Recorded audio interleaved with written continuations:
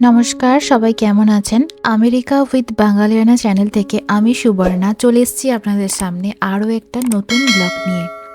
আশা করি সবাই খুব ভালো আছেন। আমিও মোটামুটি আছি। আজকে শরীরটা একটু খারাপ। আজকে সকালে আমি ব্রেকফাস্টে একটু ব্রেড আর তার সাথে পিনাট বাটার দিয়ে খাচ্ছি। আর এখানে রয়েছে চা আর ওই যে এবিসি জুসটা যেটা খাই সকালে সেটা।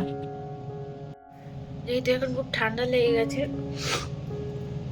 সেই জন্য এই কদিন আর স্মুদিটা খাচ্ছি না, এই শুধু পাউরুটি খেয়েই থাকতে হচ্ছে। আমার বেসিক্যালি শুধু পাউরুটি খেতে ভালো লাগে না, তার সাথে যদি একটু স্মুদি হয় তো এটা ভালো লাগে আর পেটটা অনেকটা ভরা থাকে। তাই এখন যেহেতু গলায় খুব ব্যথা, সেজন্য ওই ঠান্ডা ফ্রিজের ওইগুলো দিয়ে আর খাচ্ছি না। এইটা খেয়ে এখন কিছুদিন থাকি। ঘুরে আসার পর প্রচুর কিছু কাচাকাচির জন্য হয়ে গেছিলো, মানে জমে গেছিলো, সেই জন্য আমি এগুলো কাচতে দিয়ে দিলাম। কাচাটা তো কোনো ঝামেলা নেই, মেশিনে ঢুকিয়ে দিলেই হয়ে গেল। বাট ওই যে জামা কাপড়গুলো কাচার পর সেগুলোকে গোছানোটাই আমার যেন মনে হয় সব থেকে বড় কাজ।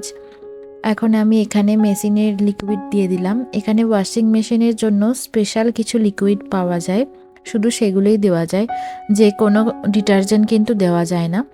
এরপর আমি একটু ঘর বাড়িটা পরিষ্কার করে নিলাম, ঝাড় দিয়ে মুছে নিলাম একটু। আমাদের তো এখানে ফ্লোরটা কাঠের মতন, তাই বেশি জল টল দিয়ে মোছামুছি করা যায় না, সেই জন্য আমি একটু ঝাড় দিয়ে দিলাম। এখন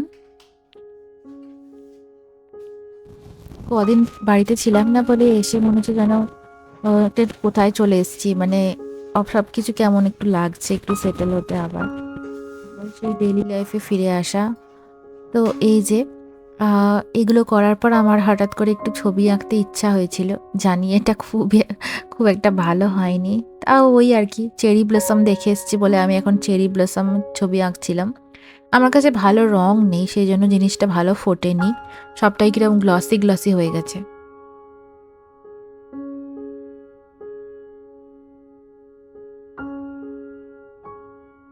জানি এটা খুবই বাজে হয়েছে, কোনো মানে হয় না এরকম বাজে ছবি আঁকার। কেমন হয়েছে বলো এটা? দেখো জাস্ট আকাশটা কি সুন্দর হয়েছে আজকে। ওয়াও, দারুণ লাগছে দেখতে আকাশটা।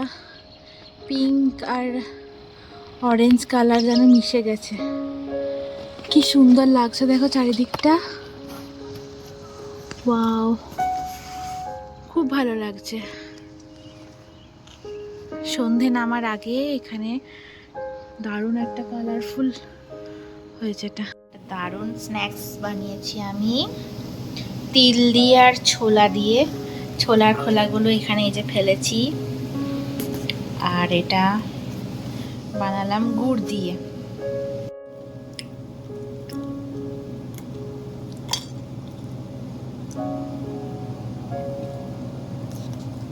চলো একটু খেয়ে দেখি এটা।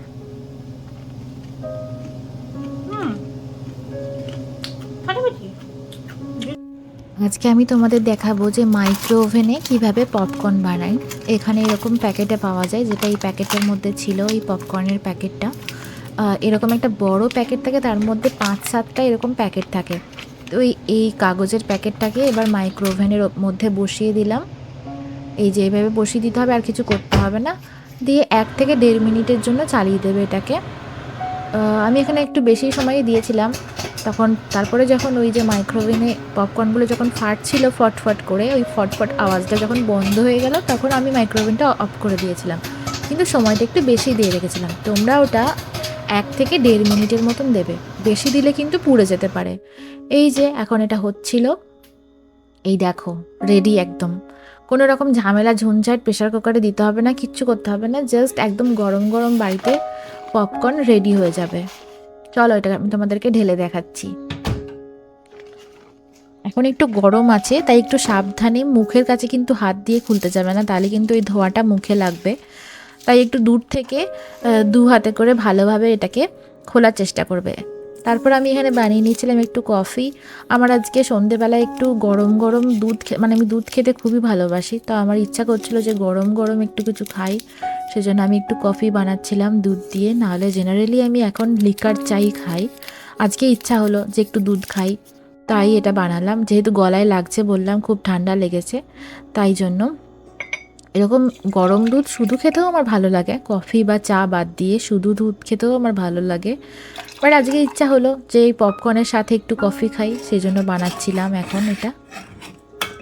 আমাদের বাড়িতে যখন দুধ ছিল ছোটোবেলায়, আমি প্রত্যেক দিন সন্ধ্যেবেলায় শর্ট দিয়ে মুড়ি খেতাম, ওটা ছিল আমার ফেভারিট।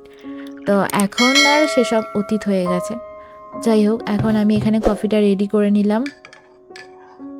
এবার তোমাদেরকে আমি পপকর্নটা ঢেলে দেখাচ্ছি যে ওটা কেমন হলো।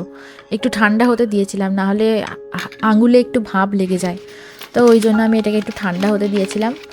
দেখো, আসলে এক হাতে করে ক্যামেরা করছি আর এক হাতে করে ঢালছি, তাই হয়তো একটু সমস্যা হচ্ছে দেখাতে গিয়ে। তোমাদের দেখাচ্ছি এটা ঢেলে।